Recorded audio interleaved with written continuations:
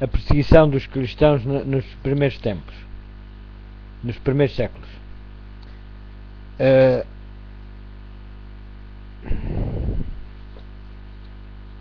Estas perseguições iniciadas sob o governo de Nero, aproximadamente na época do martírio de Paulo, continuaram durante séculos, com maior ou menor fúria. Os cristãos eram falsamente acusados dos mais terríveis crimes e tidos como a causa das grandes calamidades, fomes, pestes e terremotos. Como eles se tornaram objeto do ódio e da suspeita popular, houve informadores que se prontificaram por interesse a trair os inocentes. Eram condenados como rebeldes contra o Império, como adversários da religião e a peste da sociedade. Um grande número foi lançado às feras ou foram queimados vivos nos anfiteatros. Alguns eram crucificados, outros cobertos com peles de animais selvagens lançados à arena para serem despedaçados pelos cães. O seu sofrimento tornava-se muitas vezes na principal diversão nas festas públicas. Reuniam-se grandes multidões para se divertirem com o espetáculo e saudavam as aflições da profunda agonia das vítimas com risos e aplausos. Onde quer que procurassem refúgio, os seguidores de Cristo eram caçados como animais ferozes, eram forçados a procurar esconderijo nos lugares mais desolados e solitários, desamparados e aflitos e maltratados, dos quais o mundo não era digno, errantes pelo deserto e montes e pelas covas e cavernas da terra. Hebreus, capítulo 11, versículo 37 e 38. As catacumbas proporcionaram abrigo a milhares de pessoas. Foram feitas fora da cidade de Roma, debaixo das colinas, longas galerias através da terra e da rocha. A escura e complicada rede de túneis estendia-se por quilómetros para além dos muros da cidade. Nestes retiros subterrâneos, os seguidores de Cristo sepultaram os seus mortos e ali também encontravam o seu lar, quando eram proscritos ou vítimas de suspeita. Quando o doador da vida despertar os que travaram o bom combate, muitos que foram mártires por amor de Cristo sairão dessas sombrias cavernas. Sob a mais atroz perseguição, estas testemunhas de Jesus conservaram a sua fé incontaminada, embora privados de todo o conforto, impedidos de desfrutar da luz do sol, tendo o lar no obscuro, mas amigo seio da terra, não proferiram nenhuma queixa com palavras de fé, paciência e esperança. Encorajavam-se uns aos outros para suportarem a privação e a angústia. A perda de todas as bênçãos terrestres não os podia forçar a renunciar à sua crença em Cristo. Provações e perseguições não eram senão maneiras de os levar para mais perto do seu descanso e da sua recompensa. Como aconteceu aos servos de Deus do passado, muitos foram torturados até à morte e recusaram-se a aceitar a libertação. Queriam ressuscitar para uma vida melhor. Hebreus, capítulo 11, versículo 35. Estes recordavam-se das palavras do Mestre, que quando perseguidos por amor de Cristo, deviam ficar bem alegres, pois grande seria o seu galardão no céu, porque assim tinham sido perseguidos os profetas antes deles. Regozijavam-se por terem sido considerados dignos de sofrer pela verdade, e ouviam-se no meio das chamas crepitantes cânticos de triunfo pela fé. Olhando para cima, viam Cristo e os anjos, contemplando-os com o mais profundo interesse, constatando a sua firmeza com aprovação. Uma voz vinha do trono de Deus, dizendo-lhes: "Sê fiel até a morte, e dar-te-ei a coroa da vida." Está em Apocalipse, Apocalipse capítulo 2, versículo 10. Os esforços de Satanás para destruir a Igreja de Cristo pela violência foram em vão. O grande conflito em que os discípulos de Jesus davam a vida não terminava. quando estes fiéis porta-estandartes tombavam nos seus postos, com a sua derrota eram vencedores. Os obreiros de Deus eram mortos, mas a sua obra avançava com firmeza. O Evangelho continuava a espalhar-se e o número dos seus aderentes a aumentar. Penetrou em regiões que eram inacessíveis. Mesmo as águias romanas, disse um cristão disputando com os governadores pagãos que estavam a impulsionar a perseguição, podem matar-nos, torturar-nos, condenar-nos. A vossa injustiça é a prova de que somos inocentes, e a vossa crueldade não vos trará nenhuma vantagem. Não será senão um convite mais forte para levar outros à mesma convicção. Quanto mais somos ceifados por vós, tanto mais crescemos em número. O sangue dos cristãos é semente. Milhares eram postos presos e mortos, mas outros surgiam para ocupar os seus lugares, e os que eram martirizados pela fé tornavam-se propriedade de Cristo e eram considerados por ele como conquistadores. Tinham travado o bom combate e deveriam receber a coroa de glória quando Cristo viesse. Os sofrimentos suportados pelos cristãos tornavam-nos um com o seu Redentor. O exemplo da sua vida e o seu testemunho ao morrerem era um constante testemunho da verdade, e onde menos se esperava, os súbditos de Satanás estavam a deixar o seu serviço e alistar-se sob a bandeira de Cristo.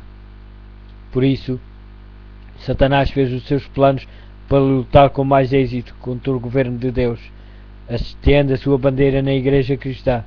Se os seguidores de Cristo pudessem ser enganados e levados a desagradar a Deus, então a sua força, o seu poder e a sua firmeza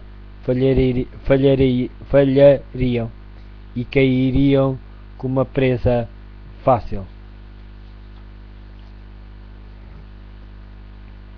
O grande adversário esforçou-se então por obter pela astúcia aquilo que não tinha conseguido pela força. Pôs fim à perseguição e no seu lugar foi posta a perigosa sedução da prosperidade material e da honra mundana. Levavam-se idólatras a receber uma parte da fé cristã, enquanto rejeitavam outras verdades essenciais. Diziam que aceitavam Jesus como o Filho de Deus e que acreditavam na sua morte e ressurreição, mas sem a convicção do pecado e sem sentir a necessidade do arrependimento ou da mudança de coração. Após algumas concessões da sua parte, propuseram que os cristãos também fizessem outras, para que todos se pudessem unir na plataforma da crença em Cristo. A Igreja naquela altura encontrava-se num terrível perigo: prisão, tortura, fogo e espada. Eram bênçãos em comparação com isto. Alguns dos cristãos permaneceram firmes, declarando que não transgrediriam. Outros eram favoráveis a ceder ou modificar algumas características da sua fé e a unir-se aos que tinham aceitado parte do cristianismo, insistindo em que este poderia ser o meio para uma completa conversão. Foi um tempo de profunda angústia para os fiéis seguidores de Cristo. Sob a capa de um pretenso cristianismo, Satanás estava a insinuar-se na Igreja para corromper a sua fé e desviar a sua mente da palavra da verdade. Por fim, a maioria dos cristãos concordou em baixar a norma e formou-se uma união entre o cristianismo e o paganismo. Embora os adoradores de ídolos afirmassem estar convertidos e unidos à Igreja, permaneciam ligados à idolatria, mudando apenas os objetos do seu culto pelas imagens de Jesus e mesmo de Maria e dos santos. O impuro fermento da idolatria, assim introduzido na Igreja, continua a sua sinistra obra. Doutrinas errâneas, rituais supersticiosos e cerimónias idolátricas foram incorporadas na sua fé e adoração. Com a união dos seguidores de Cristo aos idólatras, a religião cristã tornou-se corrupta e a Igreja perdeu a sua pureza e o seu poder. Entretanto, houve alguns que não foram desviados por esses enganos, mantiveram sua fidelidade ao autor da verdade e apenas adoravam a Deus. Tem havido sempre duas classes entre os que se dizem seguidores de Cristo, enquanto uma dessas classes estuda a vida do Salvador e procura seriamente corrigir os seus defeitos e identificar-se com o modelo, a outra evita as claras e práticas verdades que expõem os seus erros, mesmo durante a sua melhor condição. A Igreja não se compôs apenas dos verdadeiros, puros e sinceros. O nosso Salvador ensinou que os que voluntariamente condescendem com o pecado não devem ser recebidos na Igreja. Todavia, ligou a si mesmo homens que tinham falhas de caráter e concedeu-lhes os benefícios dos seus ensinos e exemplo para terem a oportunidade de ver os seus erros e corrigi-los. Entre os 12 apóstolos havia um traidor. Judas foi aceito, não por causa dos seus defeitos de caráter, mas apesar deles, foi ligado aos discípulos, para que através da instrução e do exemplo de Cristo pudesse aprender o que constitui o caráter cristão e assim ser levado a ver os seus erros, arrepender-se com o auxílio da graça divina, purificar a sua alma na obediência à verdade. Mas Judas não andou na luz, que tão misericordiamente lhe foi permitido que brilhasse sobre ele. Pela condescendência com o pecado, atraiu as tentações de Satanás. Os seus maus traços de caráter tornaram-se predominantes. Entregou a mente à direção dos poderes das trevas. Irava-se quando as suas faltas eram reprovadas. E assim foi levado a cometer o terrível crime de trair o seu mestre. Da mesma forma, todos que acariciam o mal, querendo mostrar a piedade, odeiam os que perturbam a sua paz, condenando o seu caminho de pecado, tal como Judas, quando se apresenta uma oportunidade favorável, traem os que procuram reprová-los para seu bem. Os apóstolos encontraram na Igreja os que mostravam piedade, enquanto ao mesmo tempo, de forma secreta, acariciavam o mal. Ananias e Safira desempenharam o papel de enganadores, pretendendo fazer um sacrifício total por Deus, quando cheios de cobiça retinham uma parte para si. Atos Apóstolos, capítulo 5, versículo 1 ao 16. O Espírito da Verdade revelou aos apóstolos o verdadeiro caráter desses impostores, e o castigo de Deus livrou a Igreja dessa detestável mancha na sua pureza. Esta notável evidência do perspicaz Espírito de Cristo na Igreja foi um terror para os hipócritas e malfeitores. Já não poderiam permanecer em ligação com aqueles que eram nos hábitos e na vocação fiéis representantes de Cristo, e quando as provações e perseguições sobrevieram aos seus seguidores, apenas os que estavam dispostos a abandonar tudo por amor à verdade quiseram se tornar seus discípulos. Assim, enquanto durou a perseguição, a Igreja permaneceu pura, comparativamente, mas quando ela cessou, aderiram algumas pessoas que eram menos sinceras e devotas, e abriu-se o caminho para Satanás se introduzir. Mas não há união entre o príncipe da luz e o príncipe das trevas, e nenhuma complicidade poderá haver entre os seus seguidores, quando os cristãos consentirem em unir-se àqueles que não estavam, senão meio convertidos do paganismo, enverdaram por um caminho que os levaria cada vez mais longe da verdade. Satanás exultou por ter conseguido enganar um tão grande número dos seguidores de Cristo. Levou então a seu poder e agir de modo mais completo sobre eles, e inspirou-os a perseguir aqueles que permaneceram fiéis a Deus. Ninguém compreendeu tão bem como se podia opor à verdadeira fé cristã como os que tinham sido seus defensores, e estes cristãos apóstatas, unindo-se aos companheiros semipagãos, dirigiram seus ataques contra as características mais importantes das doutrinas de Cristo. Foi necessária uma luta desesperada por parte daqueles que desejavam ser fiéis para ficar firmes contra os enganos e abominações que disfarçavam sob as vestes sacerdotais e que se introduziram na Igreja. A Escritura Sagrada não era aceita como a norma de fé. A doutrina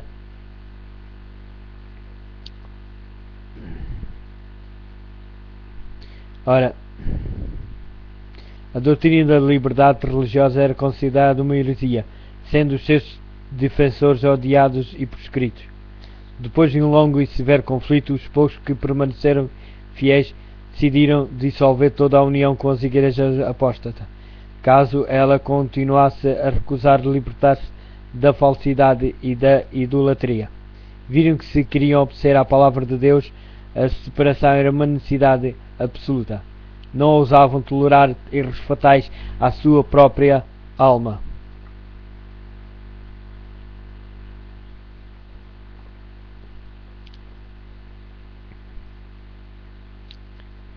Viram que se queriam obedecer à palavra de Deus, a separação era uma necessidade absoluta. Não ousavam tolerar erros fatais à sua própria alma e dar algum exemplo que pusesse em perigo a fé dos seus filhos e dos filhos dos seus filhos.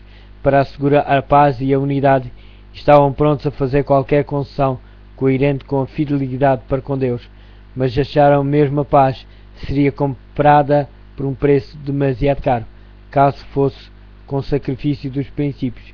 Se a unidade só pudesse ser conseguida comprometendo a verdade e a justiça, seria preferível que prevalecessem as diferenças e as consequentes lutas. Bom seria para a Igreja e para o mundo se os princípios que norteavam aqueles crentes inabaláveis revivessem no coração dos que hoje se intitulam povo de Deus. Há uma alarmante indiferença em relação às doutrinas, que são as colunas da fé cristã. Ganha terreno a opinião de que, em última análise, elas não são de importância vital. Esta degeneração está a fortalecer as mãos dos agentes de Satanás, de modo que as falsas teorias e os enganos fatais que os fiéis dos séculos passados expunham e combatiam com o risco da sua própria vida são hoje tidos em grande consideração por milhares que pretendem ser seguidores de Cristo.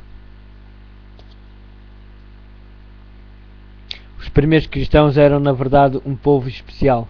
A sua conduta irrepreensível e a sua fé inabalável eram uma contínua reprovação que perturbava a paz dos pecadores.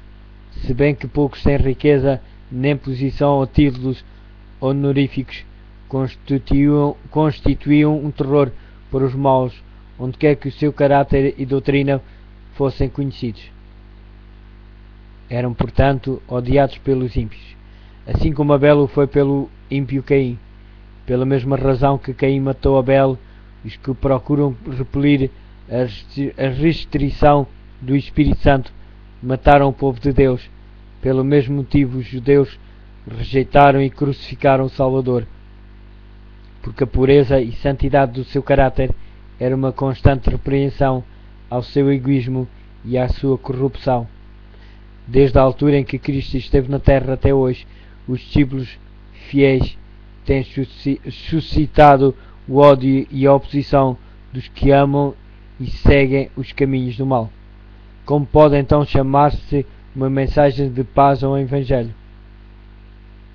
Quando Isaías predisse o nascimento do Messias, conferiu-lhe o título de Príncipe da Paz. Quando os anjos anunciaram aos pastores que Cristo tinha nascido, cantaram sobre as planícies de Belém: glória a Deus nas alturas, paz na terra, boa vontade para com os homens. Está em Lucas capítulo 2, versículo 14. Há uma aparente contradição entre estas declarações proféticas e as palavras de Cristo: não vim trazer paz, mas espada. Mateus capítulo 10, versículo 34. Mas entendidas corretamente, ambas estão em perfeita harmonia. O Evangelho é uma mensagem de paz. O cristianismo é um sistema religioso que, recebido e obedecido, espalharia a paz, harmonia e felicidade por toda a terra. A religião de Cristo ligara numa íntima fraternidade todos os que aceitarem os seus ensinos. A missão de Jesus foi reconciliar os homens com Deus e uns com os outros, mas o mundo está em grande parte sob o domínio de Satanás, o acérrimo adversário de Cristo. O Evangelho apresenta-lhes princípios de vida que estão em total desacordo com os seus hábitos e desejos, e eles levantam-se em rebelião contra ele, odeiam a pureza que revela e condena os seus pecados, e perseguem e destroem os que com ele insistem nas suas justas e santas reivindicações. É neste sentido que se chama ao Evangelho uma espada, visto que as elevadas verdades que traz ocasionam o ódio e a contenda. A misteriosa providência que permite que os justos sofram perseguição nas mãos dos ímpios tem sido causa de grande perplexidade por muitos que são fracos na fé. Alguns decidem até deixar de confiar em Deus. Por ele permitem a prosperidade dos homens mais vis, enquanto que os melhores e mais puros são afligidos e atormentados pelo seu cruel poder. Como pode aquele que é justo e misericordioso e que também detém um poder infinito tolerar tal injustiça e opressão? Perguntam eles. Esta é uma questão com a qual não temos nada que ver. Deus deu suficientes evidências do seu amor e não devemos duvidar da sua bondade pelo facto de não podermos compreender a sua forma de agir. O Salvador disse aos seus discípulos, prevendo as dúvidas que os oprimia nos dias de provação e trevas: lembrai-vos das palavras que vos disse: nenhum servo é maior que seu Senhor. Se a mim me perseguiram, também vos hão de perseguir. João, capítulo 15, versículo 20. Jesus sofreu por nós, mais do que qualquer um dos seus seguidores poderá sofrer com a crueldade dos ímpios. Os que são chamados a suportar a tortura e o martírio não estão senão a seguir as pegadas do querido Filho de Deus. O Senhor não demora a cumprir o que prometeu. 2 Pedro, capítulo 3, versículo 9. Ele não se esquece dos seus filhos, nem os negligencia, mas permite que os ímpios revelem o seu verdadeiro caráter, para que ninguém que deseje fazer a sua vontade possa ser iludido com relação a eles. Igualmente, os justos são postos na fornalha da aflição, para que eles próprios possam ser purificados, para que o seu exemplo possa convencer outros da realidade, da fé e piedade, e também para que a sua conduta coerente possa condenar os ímpios e incrédulos. Deus permite que os ímpios prosperem e revelem inimizade para com ele, para que quando encherem a medida da sua iniquidade, todos vejam na sua completa destruição a justiça e misericórdias divinas. Aproxima-se o dia da sua vingança, no qual todos os que transgrediram a sua lei e oprimiram o povo de Deus receberão a justa recompensa das suas ações, em que todo o acto de crueldade e injustiça para com os fiéis será punida, como se tivesse sido feito ao próprio Deus. Há outra questão mais importante que deveria ocupar a atenção das igrejas de hoje. O apóstolo Paulo declara que todos os que quiserem viver a fé em Cristo serão perseguidos. Então, por que é que a perseguição em grande parte parece estar adormecida? A única razão é que a igreja se conformou com a norma do mundo e, portanto, não suscita oposição. A religião que no nosso tempo prevalece é a do caráter puro e santo, que assinalou a fé cristã nos dias de Cristo e dos seus apóstolos. É unicamente por causa do espírito de transigência com o pecado, por serem consideradas as grandes verdades da palavra de Deus com tanta indiferença, por haver tão pouca piedade vital na Igreja, que o cristianismo é aparentemente tão popular no mundo. Se houver um revivimento da fé e do poder que a Igreja tinha no seu início, o espírito de oposição reviverá, reacendendo-se as fogueiras da perseguição. Como diz no início do capítulo,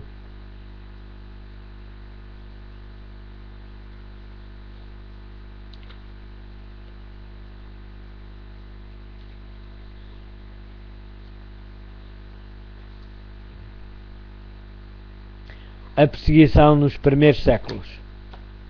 Foi leitura do capítulo número 2 de o livro O Grande Conflito.